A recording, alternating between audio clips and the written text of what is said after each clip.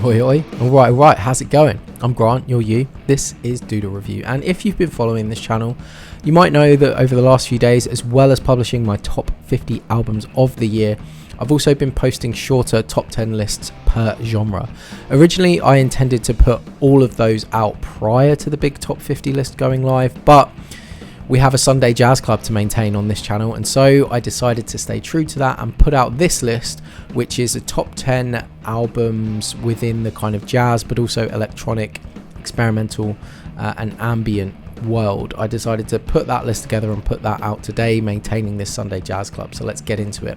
At number 10, we're going for Trent Reznor and Atticus Ross's Teenage Mutant Ninja Turtles soundtrack. This might seem random, but although it has a few tracks that probably work better in the movie than they do standalone, this soundtrack gets to showcase the Nine Inch Nails duo creating more fun and energetic music than they usually get the chance to on these scores. Check out the track Grand Theft Ice Cream Truck.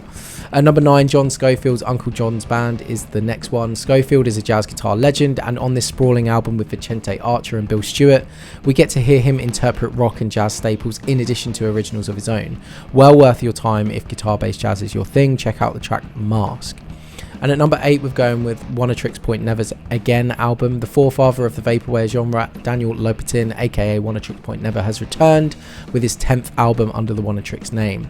While this album is a bit messy, there are moments of brilliance as the composer-producer incorporates elements of 70s psychedelic rock into his distinct hypnagogic sound. Check out the track Crumville.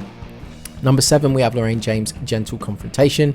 I'm a big fan of this North London producer, with her previous albums being some of my all-time favourites in this style of ambient electronic music. This record isn't as tight as previous releases, but it feels a lot more personal. I particularly love Cards with Grandparents and One Way Ticket to the Midwest Emo.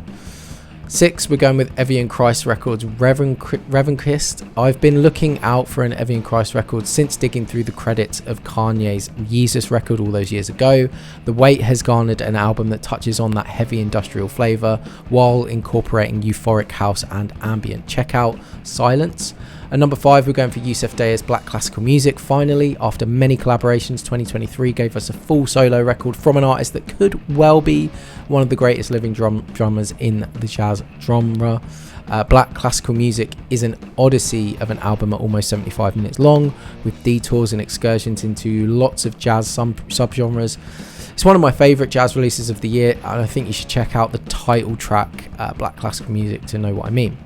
Number 4, Jazz is Dead, Volume 18, the Tony Allen edition. I didn't think it would happen due to the sad passing of Allen a few years ago, but lo and behold, Adrian Young was able to get a recording session in with the legendary Nigerian drummer before he departed, and what we get is just a bittersweet reminder of his incredible feel and style. Check out the tracks Ibun and Oladipo. At number 3, we're going for André 3000's New Blue Sun, in a turn that I'm not sure anyone really had on their bingo cards this year. Former Outkast rapper and sometimes solo artist André 3000 finally put out an album, but a jazz flute album no less. I honestly think the best track is the first, the aptly titled. I swear, I really wanted to make a rap album, but this is literally the way the wind blew me this time. At number 2, we're going for James Blake's Playing Robots into Heaven. Now, this is perhaps a little too on the conventional side for this list, but I just think this album demands recognition.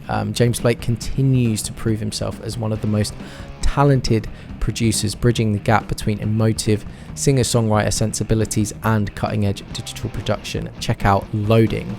And at number 1, we're going for Spencer Zan's Statues 1 and 2. This is a neoclassical album that utilises piano, production and horns to produce something utterly beautiful over 2 albums, and hopefully more to come. Zahn leads us through his enchanting compositions on those 2 records, and I'd recommend Changes in 3 Parts off of Statues 2. So there we go, 10 ambient, classic, electronic or jazz albums that you should definitely get into if those genres are your thing. If it is your thing, be sure to check back here every Sunday for a new jazz review. Check out the links to the full reviews down below, and as well as playlists that I'm going to make as well.